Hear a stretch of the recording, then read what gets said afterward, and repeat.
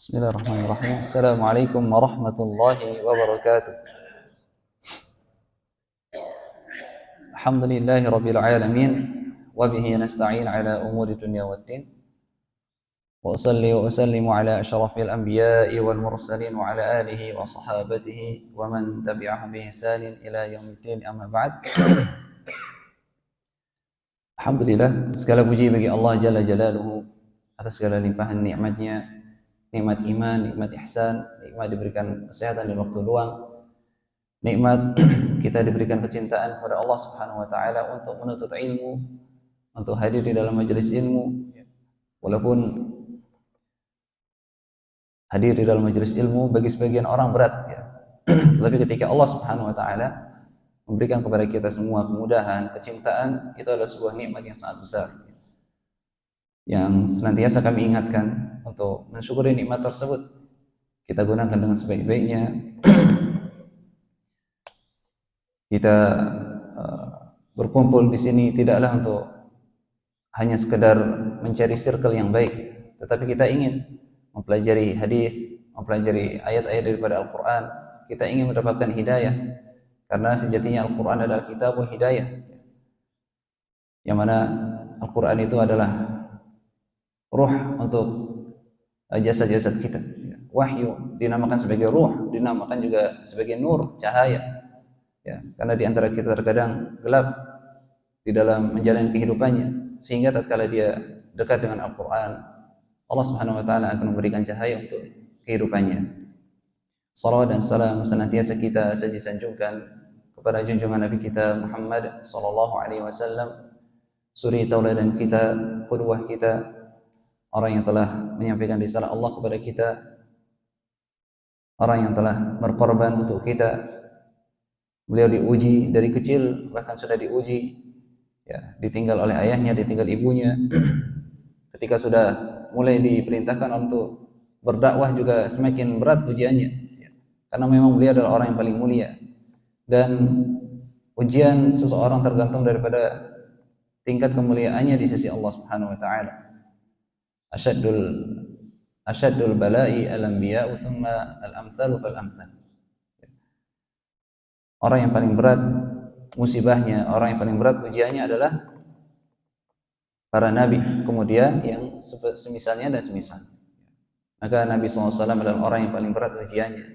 Ketika beliau sakit, beliau tidak sakit seperti biasa. Inni u'aku kama yu'aku rajulaini minkum. Aku demam seperti demamnya dua orang di antara kalian. Berat, ya. Tetapi beliau senantiasa menjalani kehidupannya yang penuh dengan ujian, agar risalah Allah Subhanahu wa taala tersampaikan tanpa ada kurang, tanpa ada lebih, pas sesuai apa yang diinginkan oleh Allah Subhanahu wa taala. Maka tugas kita adalah berupaya untuk mempelajari sunnah-sunnah Nabi kita Muhammad sallallahu alaihi wasallam, berupaya untuk menjalani kehidupan ini di bawah naungan Nabi kita Muhammad sallallahu alaihi wasallam. Sebagai bentuk terima kasih kita kepada beliau. Beliau telah berkorban untuk kita. Baik, insyaallah pada kesempatan hari ini kita akan melanjutkan lagi pembahasan kita, yaitu Kitabul Jami' dari Kitab Bulughul Maram karya Al-Hafidz Ibnu Hajar Al-Asqalani rahimahullahu taala, dan kita sudah sampai pada bab al-birri was-silah. Babul birri was-silah, bab birrul walidain dan silaturahim. Ya, yang mana ini adalah bab yang sangat penting untuk kita pelajari, karena berkaitan tentang, atau Kitabul Jami' secara umum, ini adalah sebuah kitab yang sangat penting untuk kita pelajari, karena berkaitan tentang bagaimana kita berinteraksi dengan orang lain. Karena salah satu ibadah yang pahalanya, ya, akan terus mengalir adalah ibadah bagaimana kita berinteraksi kepada orang lain. Hablum minan nas. Kalau seseorang dia berakhlak baik, dia menjalani kehidupannya berinteraksi dengan orang lain dengan ajaran-ajaran Islam, maka pahalanya akan terus mengalir. Ya, pahalanya akan terus mengalir. Padahal ibadah kita dengan interaksi kita kepada orang lain itu lebih banyak mana? Interaksi, ya. kita lebih banyak berinteraksi kepada orang lain. Salat mungkin hanya 5 menit, 10 menit ya. Baca Quran paling lama mungkin 30 menit. Tapi interaksi dengan orang lain sepanjang waktu. Kita di rumah berinteraksi dengan keluarga kita, dengan istri kita, dengan anak-anak kita, berinteraksi dengan ayah dan ibunda kita, berinteraksi dengan ketika di pasar. Ketika itu semua kita jalani di bawah naungan sunnah, maka argo pahala akan jalan terus. Argo pahala akan jalan terus. Ya. Inilah pentingnya kita untuk membahas tentang Kitabul Jami'. Dan kita sekarang sudah sampai pada hadis yang ke-8 dari bab al-birri was-silah, dari bab birrul walidain dan silaturahim. Yang mana hadis yang akan kita bawakan hari ini adalah hadis yang mengharamkan untuk seseorang memboikot saudara muslimnya lebih dari 3 hari 3 malam. Hadis larangan tentang tidak bolehnya kita untuk memboikot, tidak menyapa terhadap saudara muslim kita lebih dari 3 hari 3 malam.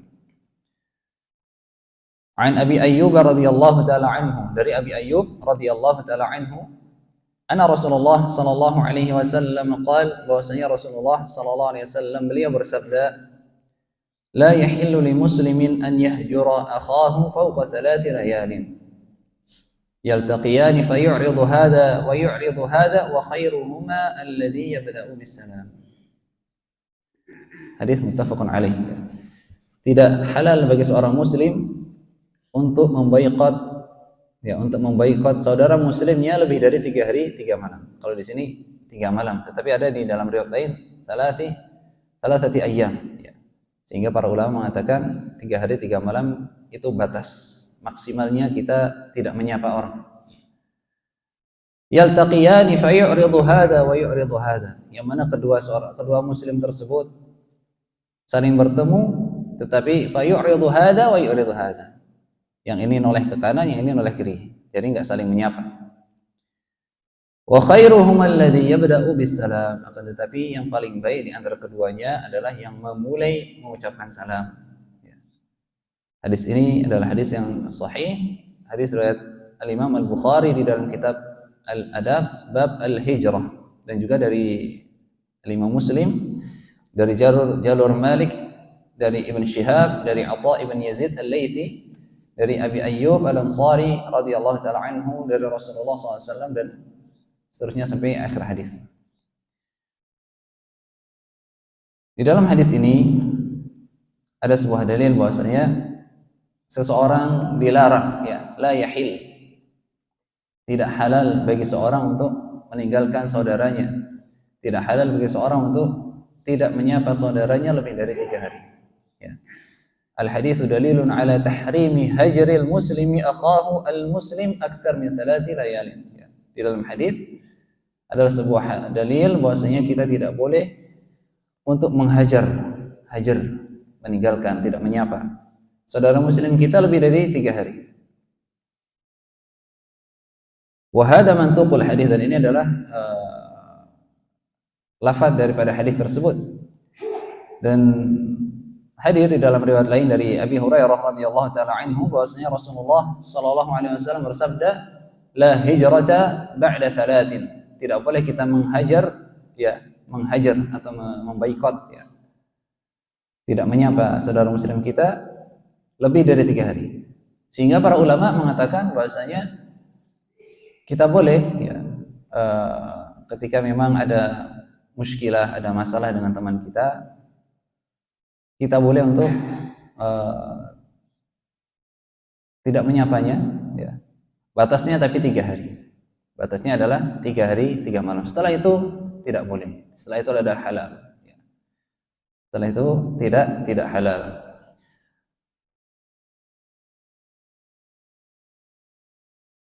Ini adalah hukum syar'i yang kita dapatkan dari hadis ini. Yang mana pada hukum asalnya adalah kita tidak boleh lebih dari 3 hari. Ya. Adapun ketika masih di bawah 3 hari itu boleh. Kemudian hajar seperti apa yang diperbolehkan. Ya.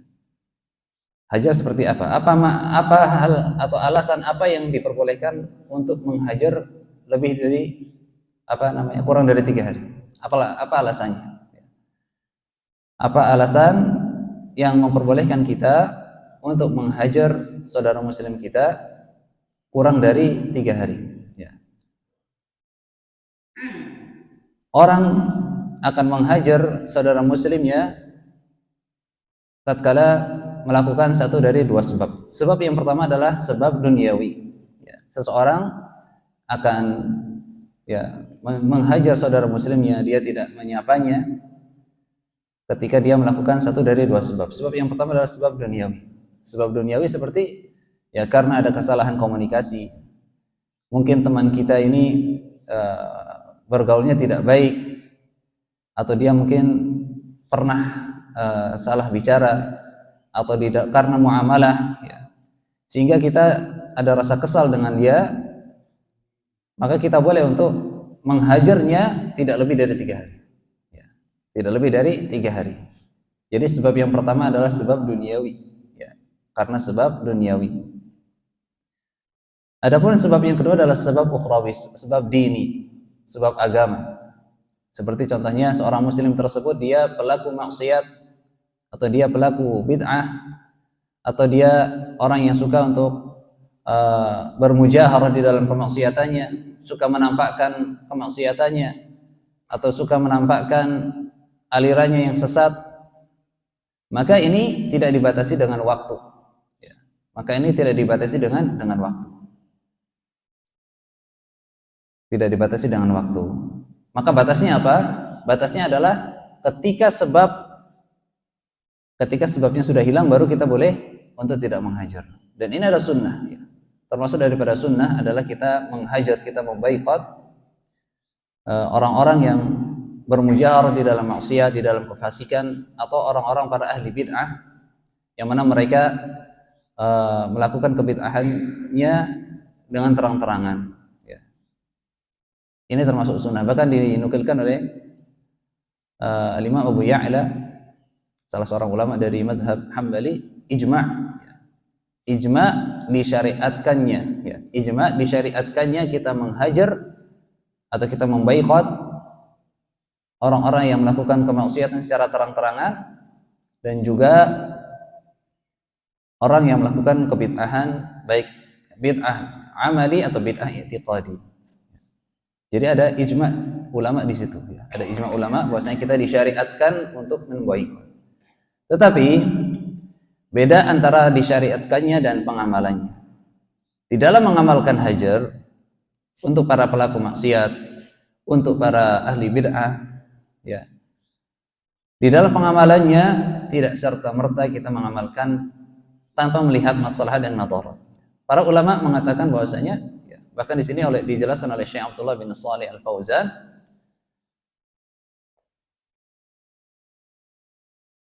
bahwasanya ketika memang hajar tersebut ada maslahat yang besar, yang mana membuat orang yang diboikot itu bisa berubah, maka itu akan tidak masalah kita melakukan atau mengamalkan pemboikotan.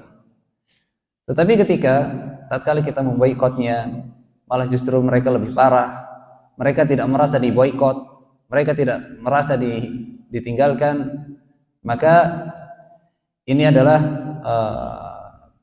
bukanlah waktu yang tepat untuk kita mengamalkan pemboikotan. Bukan waktu yang tepat kita menghajar mereka. Bahkan dikatakan di sini, bal yakunu ta'allufu li ba'dhin nasi anfa' minal hajar. Bahkan terkadang kita berlemah lembut kepada mereka itu lebih bermanfaat ketimbang kita menghajar mereka, memboikot mereka. Karena dikatakan di sini, wa in kana la yata'addabu bil hajri bal yaziru syarra atau takunu mafsadatu rajihatan lam yajuzil hajar. Maka tatkala hajar itu tidak membuahkan hasil yang baik, tatkala hajar tidak membuat mereka berhenti dari kemaksiatannya, berhenti dari kebid'ahannya, bahkan mereka lebih parah lagi,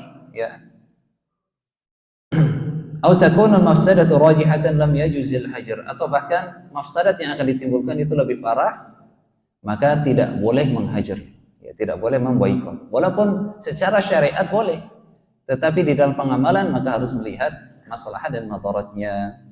Harus melihat maslahat dan madaratnya. Ya. Salah satu hajar yang bisa bermanfaat adalah tatkala kita menghajar orang-orang yang di bawah kekuasaan kita. Ya.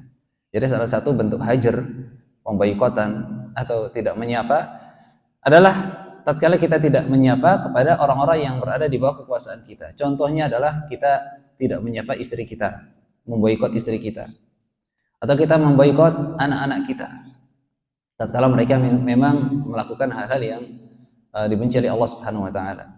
Mereka maksiat, ya, naudzubillah min dzalik, mereka tidak menjalankan hukum syar'i, maka kita boleh untuk memboikot anak kita atau istri kita, ya. Dan itu biasanya lebih ada maslahatnya karena mereka di bawah tanggungan kita, dan Nabi SAW pernah memboikot istri-istrinya, ya. Nabi kita Muhammad SAW pernah memboikot istri-istrinya selama 1 bulan, ya. Selama 1 bulan, dan itu membuat istri-istrinya sedih, ya. Walaupun Nabi SAW juga sedih, ya, karena Nabi SAW suka menyapa istri-istrinya, ya, senang ketika bertemu dengan istri-istrinya, tetapi beliau rela untuk memboikot istri-istrinya untuk memberikan pelajaran, memberikan ketegasan kepada istri-istrinya, ya, agar mereka tidak tersilaukan dengan keindahan dunia. Karena salah satu sebab mengapa Rasulullah SAW memboikot istri-istrinya adalah karena istri-istrinya tatkala Nabi Muhammad SAW dan kaum muslimin sudah mulai melebarkan jihad mereka sehingga mendapatkan banyak ghanimah, istri-istri Nabi Muhammad SAW, ya, ibunda kita semua, di antara mereka ada yang minta untuk dibelikan sesuatu, ya, yang mana Nabi SAW ya tidak menginginkan hal tersebut, karena Nabi Muhammad SAW ingin istri-istrinya atau ibunda kita itu levelnya tinggi, tidak boleh tersilaukan dengan keindahan dunia. Sehingga Nabi Muhammad SAW memberikan pelajaran kepada istri-istrinya dengan memboikot mereka, ya, dengan memboikot mereka. Maka pada intinya memboikot itu tatkala sebabnya adalah sebab duniawi, maka batasnya adalah 3 hari. Batasnya adalah 3 hari. Adapun lebih dari 3 hari maka haram, ya, tidak diperbolehkan. Sebagian nas di dalam hadis ini. Adapun ketika sebabnya adalah dini, sebabnya adalah agama, karena mungkin mereka pelaku maksiat yang terang-terangan, mereka adalah ahli bid'ah yang bid'ahnya parah, bahkan bid'ahnya mungkin mufassiqah, ya, mukaffirah, bid'ah yang bisa mengkafirkan mereka, maka memboikot mereka tidak ada batas harinya. Akan tetapi di dalam mengamalkan boikot itu harus melihat maslahat dan madaratnya. Ketika pemboikotan membawakan hasil yang baik maka tidak masalah. Tapi kalau pemboikotan itu justru menghadirkan mafsadat, menghadirkan keburukan yang lebih besar, maka tidak boleh. Adapun di zaman sekarang ini, ya, maka para ulama mengatakan bahwasanya al-hajar di zaman sekarang ini yang mana ahlus sunnah wal jamaah sedikit, ya, dan orang-orang banyak yang bodoh dengan agama, maka termasuk bukan fikih di dalam mengamalkan boikot, ya. Kita justru akan dijauhi oleh masyarakat ketika kita memboikot para ahli bid'ah, ya, atau para pelaku maksiat. Mereka akan justru lebih parah lagi, ya. Justru yang lebih baik di zaman sekarang adalah kita berlemah lembut dengan mereka. Dan ini dijelaskan juga oleh Syekh Abdul Aziz Ibn Baz rahimahullah ta'ala, ya, yang mana dakwah di zaman sekarang ini adalah dakwah dengan lemah lembut, ya. Dakwah dengan lemah lembut, dan itu adalah yang lebih munasib, lebih cocok untuk audien di zaman sekarang ini. Adapun memboikot orang-orang yang berada di bawah tanggungan kita, maka ini terkadang masih bisa bermanfaat, ya. Seperti kita memboikot istri kita atau anak-anak kita. Ini adalah tentang sebab pemboikotan. Adapun yang selanjutnya adalah di sini penulis, yaitu Syekh Abdullah bin Saleh Al-Fauzan, penulis kitab Minhatul Alam Syarah Bulughul Maram, beliau menuliskan apa saja hal-hal yang akan terjadi ketika kita memboikot orang, apa saja mafsadat, apa saja kerusakan-kerusakan yang akan terjadi ketika kita memboikot seseorang. Ya. Karena pada hukum asalnya adalah kita berlaku dengan saudara muslim kita dengan baik. Kita berupaya untuk menjadi saudara dengan kita berupaya untuk hidup dengan saudara muslim kita dengan baik. Ya. Tidak ada pemboikotan. Berupaya untuk memaafkan. Ya. Ini adalah hukum asalnya. Ya. Hukum asalnya adalah saudara muslim itu hidup berdampingan dengan baik. Ya. Innamal mu'minuna ikhwah. Semuanya seorang mukmin itu adalah ikhwah. Mereka saling bersaudara. Ya. Mereka saling bersaudara. Maka di sini penulis ya menjelaskan atau menyebutkan beberapa efek samping, beberapa kerusakan-kerusakan yang akan terjadi ketika dua orang muslim saling tidak menyapa atau dua kelompok muslim saling tidak menyapa. Yang pertama yang disebutkan di sini adalah annal mutahajiraini mahrumani min athari fi'lil khair. Ya. Ketahuilah bahwasanya kedua orang muslim yang saling memboikot, yang saling tidak tegur sapa, maka dia akan terhindari dari pengaruh-pengaruh ibadahnya, pengaruh-pengaruh baik ibadahnya. Seperti apa pengaruh baik ibadahnya? Seperti pahalanya. Ya. Kedua orang muslim tersebut akan terhalangi dari itu semua. Apa dalilnya? Dalilnya adalah sabda Nabi kita Muhammad SAW, tuftahu abwabul jannati yaumal itsnaini wa yaumal khamis. Pintu-pintu surga akan senantiasa dibuka pada hari Senin dan hari Kamis. Fayughfaru likulli 'abdin muslim. Maka setiap hamba yang muslim akan diampuni dosa-dosanya. La yusyriku billah, ya, yang mana seorang muslim tersebut tidak menyekutukan Allah Subhanahu wa taala. Illa rajulan kanat bainahu wa baina akhihi syahna, kecuali untuk satu orang ini saja, yaitu siapa? Yaitu orang yang mana dia punya permusuhan dengan saudaranya. Ya, dia saling memboikot. Maka dia tidak diampuni dosa-dosanya. Ya, tidak diampuni dosa-dosa pada hari Senin dan Kamis. Fayuqal anziru hadaini hatta yastaliha, anziru hadaini hatta yastaliha. Maka dikatakan, tunggu orang ini, jangan ampuni dia dulu. Jangan ditulis dia termasuk orang yang diampuni pada hari Senin dan Kamis sampai dia dan saudaranya saling bermusalah, saling bermaaf-maafan. Maka ini adalah salah satu pengaruh yang sangat berat ya, yang mana semestinya dia mendapatkan ampunan dari Allah setiap hari Senin dan Kamis karena mereka berdua saling bermusuhan, sehingga Allah Subhanahu wa taala mengundurkan ya, tidak memberikan ampunan terlebih dahulu sampai kedua orang muslim tersebut saling memaafkan. Ya. Dan ini adalah salah satu pengaruh yang sangat berat ya, salah satu pengaruh yang sangat berat. Kemudian pengaruh yang kedua atau efek samping yang kedua adalah annal hajra ta'tilun li haqqil muslim ala akhi mimma aujabahu Allah wa hatha alaihi min as-salam wa tashyi'i janazatihi wa iyadatihi idza marida wa ijabati da'watihi wa ghairi dzalik. Kemudian pengaruh yang kedua adalah orang yang saling memboikot biasanya akan meninggalkan kewajiban-kewajiban dia terhadap hak-hak seorang muslim ya. Karena di antara kita semua itu memiliki kewajiban untuk menjalankan hak kaum muslimin lainnya ya. Seperti apa? Memberikan salam, seperti ketika dia sakit kita menjenguknya, seperti ketika dia meminta nasihat kita nasihati, seperti ketika dia meninggal kita salati jenazahnya dan kita ikuti jenazahnya. Dan biasanya orang yang saling memboikot dia akan meninggalkan itu semua ya, kewajiban hak kepada kaum muslimin ya. Dia tidak memberikan salam, dia tidak menjenguk orang sakit, dia tidak memberikan nasihat ya. Apa saja?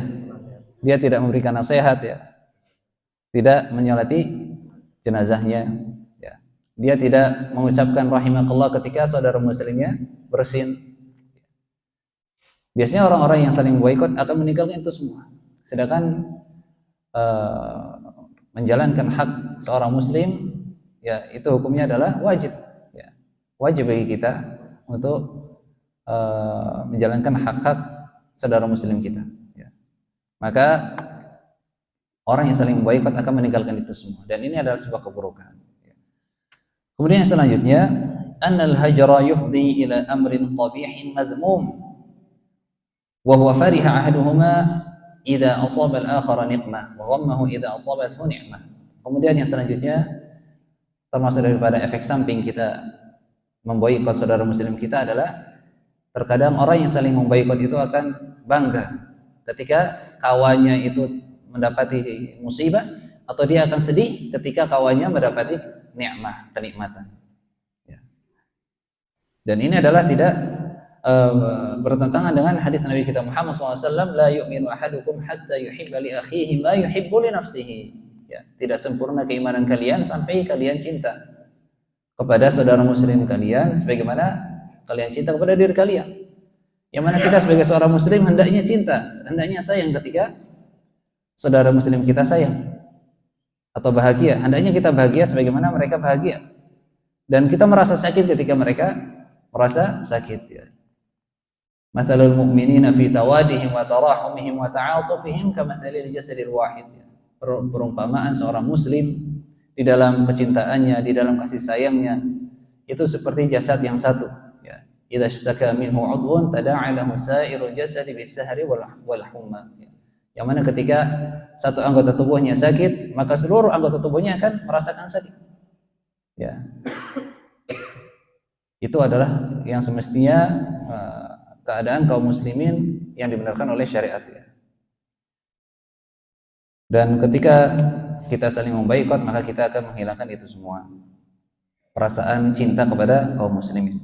Kemudian sebab, ya, atau asar atau pengaruh yang selanjutnya adalah annal hajra yufdi ila qat'i yadil musa'adati 'anil mahjur, ya.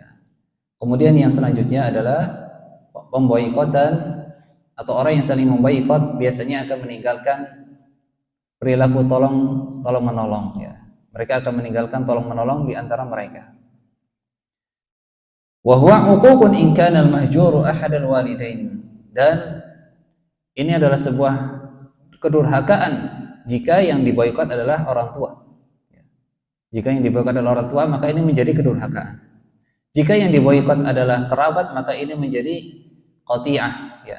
Kita memutus tali silaturahim, dan keduanya adalah dosa-dosa yang besar. Yang besar. Jadi salah satu pengaruh buruk orang yang saling memboikot adalah mereka tidak mau memberikan bantuan kepada orang lain. Dan yang lebih parah adalah ketika yang diboikot adalah orang tua, sehingga itu menjadi uququl walidain, menjadi kedurhakaan kepada orang tua.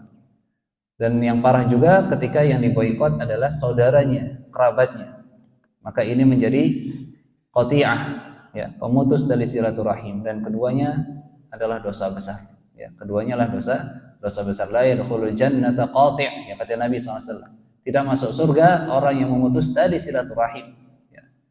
Kemudian juga kata Nabi Muhammad SAW, 3 golongan manusia yang Allah haramkan untuknya surga, ya. Al-'aq, orang yang durhaka. Kemudian mudminul khamar, orang yang pecandu khamar. Yang ketiga adalah dayuth, ya, seorang suami atau kepala keluarga yang ridha kemaksiatan terjadi di rumahnya. Jadi kedua maksiat ini adalah maksiat yang kabirah, ya, dosa besar. Kemudian yang selanjutnya adalah annal hajra yufdi ila itlaqil lisani bis-sabbi wal 'aibi wa ifsya'il 'uyub, ya. Kemudian salah satu pengaruh juga daripada menghajar atau memboikot adalah mudahnya lisan untuk memaki, untuk mencaci orang yang diboikot, ya. Dan ini terjadi. Kedua orang muslim ketika mereka bermusuhan dan saling memboikot, biasanya lisannya akan mudah untuk mencela. Biasanya lidahnya akan mudah untuk menghina, bahkan menghibah, ya, menyebutkan aib-aib orang yang diboikot, menyebutkan keburukan-keburukan orang yang diboikot. Dan ini adalah salah satu pengaruh yang sangat buruk ya, salah satu pengaruh yang sangat buruk. Maka kita sebagai seorang muslim berupaya untuk jangan sampai memboikot kawan kita ya. Apapun kesalahan mereka, mereka juga manusia sebagaimana kita manusia ya. Mereka punya kesalahan sebagaimana kita punya kesalahan ya. Dan sebagaimana kita tidak ingin diboikot, maka jangan memboikot orang ya. Jangan memboikot orang. Ini adalah pengaruh-pengaruh daripada perilaku boikot ya. Walaupun dibolehkan ketika tidak lebih dari 3 hari, tapi inilah pengaruhnya. Ini pengaruh yang besar ya, yang berat. Yang mana ketika seorang muslim terjatuh di dalamnya, maka dia akan mendapatkan kerugian yang besar ya. Karena dia tidak diampuni di hari Senin dan Kamis ya. Kemudian dia bisa jadi menjadi orang yang suka mencela, mencaci maki ya. Ketika yang diboikot adalah orang tua menjadi durhaka, ketika yang diboikot adalah kerabat menjadi pemutus tali silaturahim ya. Keduanya adalah dosa-dosa besar. Maka kita berupaya untuk tidak memboikot kawan kita. Kemudian yang selanjutnya adalah kapan keadaan boikot antara dua muslim ini hilang ya. Kapan keadaan boikot antara dua muslim ini hilang? Karena kita ketahui bersama ya, salah satu pengaruh buruk ya ketika kedua orang muslim itu masih di dalam keadaan saling memboikot, salah satu pengaruh buruknya adalah apa? Dia tidak diampuni dosa-dosanya pada hari Senin dan Kamis. Terus bagaimana kedua muslim ini agar terlepas dari keadaan boikot ya, agar dianggap sebagai orang yang udah saling memberikan maaf? Bagaimana cara keluar dari keadaan boikot ya. Di sini disebutkan istadalla aktsarul ulama'i biqaulihi sallallahu alaihi wasallam. Para ulama mengambil dalil dari sabda Nabi kita Muhammad sallallahu alaihi wasallam, wa khairuhum alladhi yabda'u bis salam. Dan yang lebih baik dari dua muslim yang saling memboikot, yang paling baik di antara kedua mereka adalah yang memulai mengucapkan salam ya. Maka para ulama mengatakan anna salama yaqta'ul hajra wa yarfa'ul ithma wa yuziluhu. Maka sebagian para ulama ada yang mengatakan bahwasanya dengan hanya mengucapkan salam dari salah satu pihak, kemudian yang satunya memberikan jawaban salam tersebut, maka ini sudah dianggap sebagai tidak saling memboikot. Ini dikatakan oleh sebagian ulama. Ya, sebagian ulama agar kita tidak masuk di dalam orang yang saling memboikot adalah kita memberikan salam, kemudian orang yang disalami menjawab salam. Maka hanya dengan itu kita sudah keluar dari posisi saling memboikot, sehingga kita memiliki kesempatan untuk diampuni dosa-dosa kita pada hari Senin dan Kamis ya. Ini adalah pendapat sebagian ulama. Wa hadza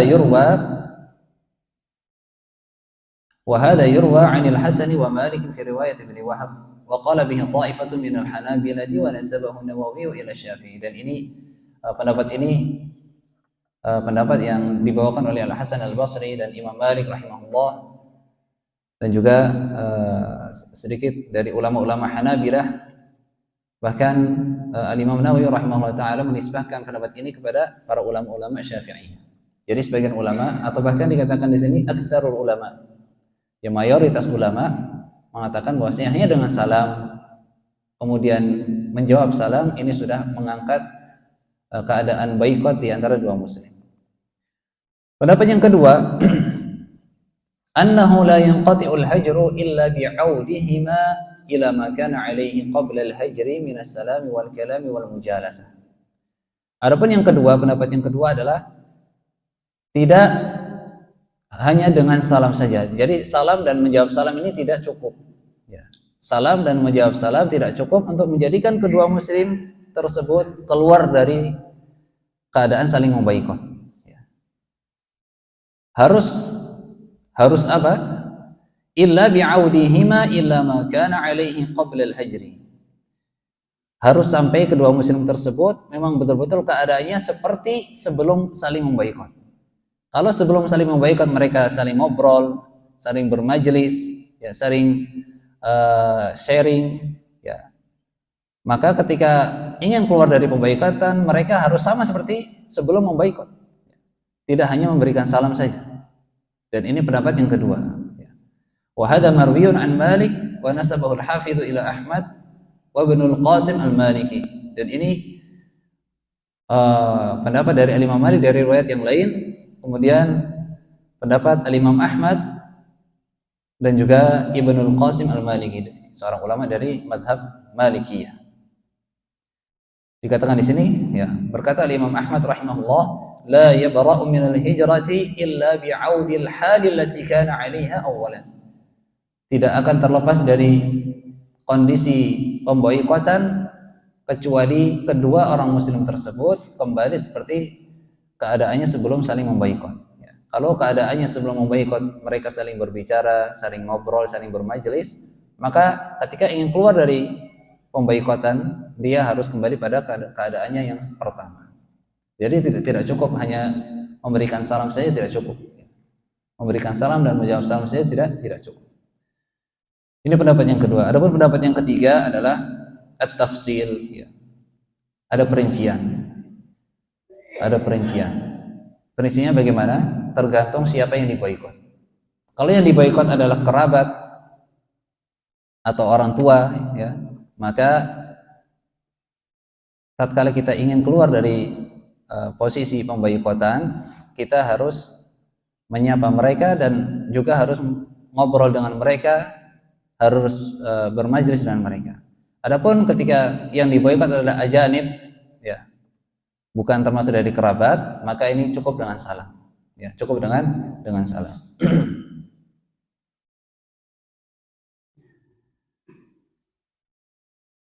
Ini adalah tiga pendapat, ya, bagaimana kita keluar dari posisi memboikot.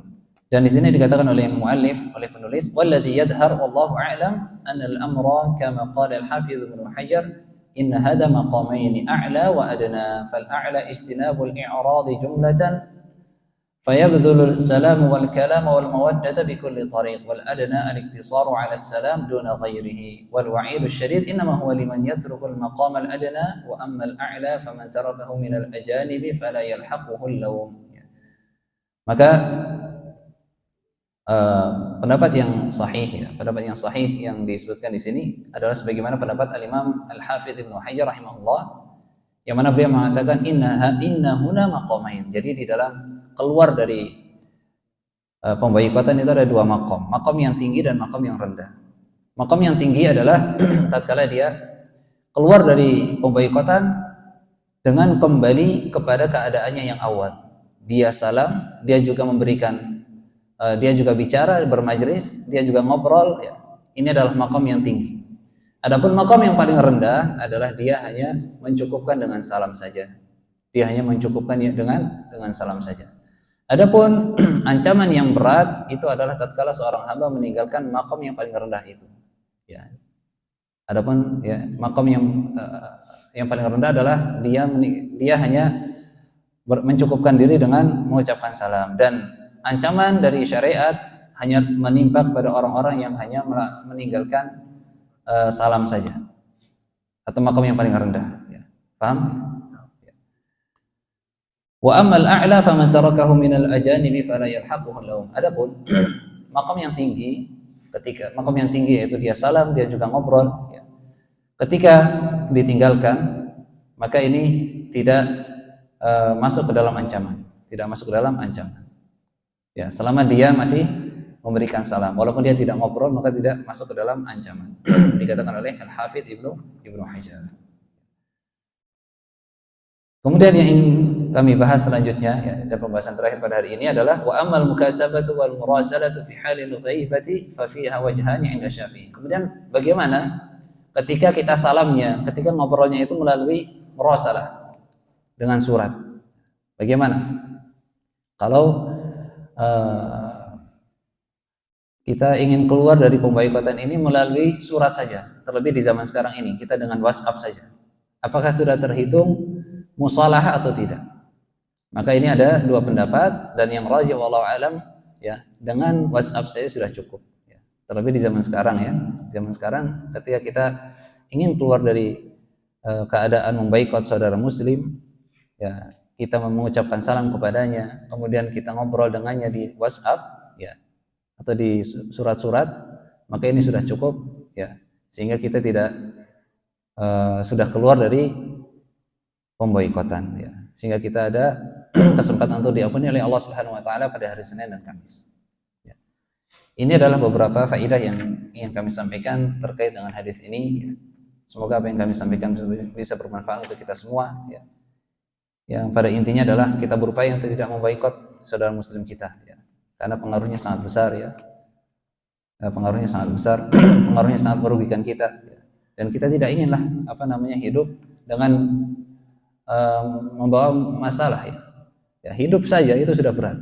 Kalau kita hidup kemudian ditambah lagi masalah sama orang lain, tambah berat lagi. Terlebih masalahnya terhadap kerabat kita atau saudara kita, ya, itu lebih berat lagi. Ya.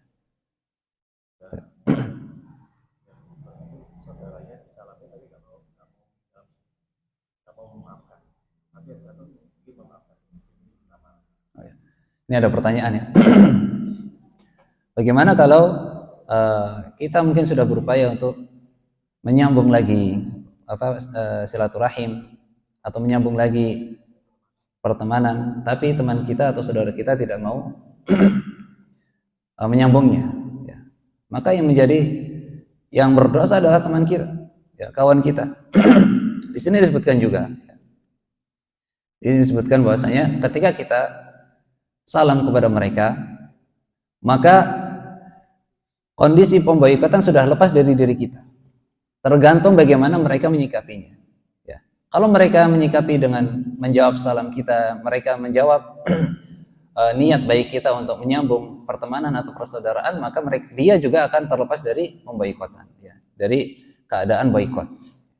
Tetapi kalau dia tidak menyapa kita, tidak mau menjawab salam kita, tidak mau menerima niat baik kita untuk menyambung pertemanan dan persaudaraan, maka dia masih di dalam keadaan boikot dan dia juga akan mendapatkan dosa karena tidak menjawab salam. Ya. Jadi yang salah mereka. Ya. Jadi yang salah mereka. Tetapi kita sebagai kaum muslimin kita berupaya untuk terus mendekati mereka. Ya. Ya. Jadi bukan udahlah anak salam aja. Yang penting anak udah salam gitu. Tidak, kita tetap harus cari cara bagaimana kita berbuat baik atau memperbaiki keadaan dengan mereka. Kita mencari cara dengan hikmah, ya. Bagaimana kita bisa menyambung persaudaraan pertemanan dengan mereka. Ya, ini adalah sedikit, ya, faedah yang dapat kita sampaikan. Semoga apa yang kita sampaikan bisa bermanfaat untuk kita semua, menjadi ilmu yang bermanfaat, ya. Mungkin hanya ini dapat kita sampaikan. Kita tutup majelis ini dengan doa kafaratul majlis. Subhanakallahumma wa bihamdika asyhadu an la ilaha illa anta astaghfiruka wa atubu ilaik. Assalamualaikum warahmatullahi wabarakatuh.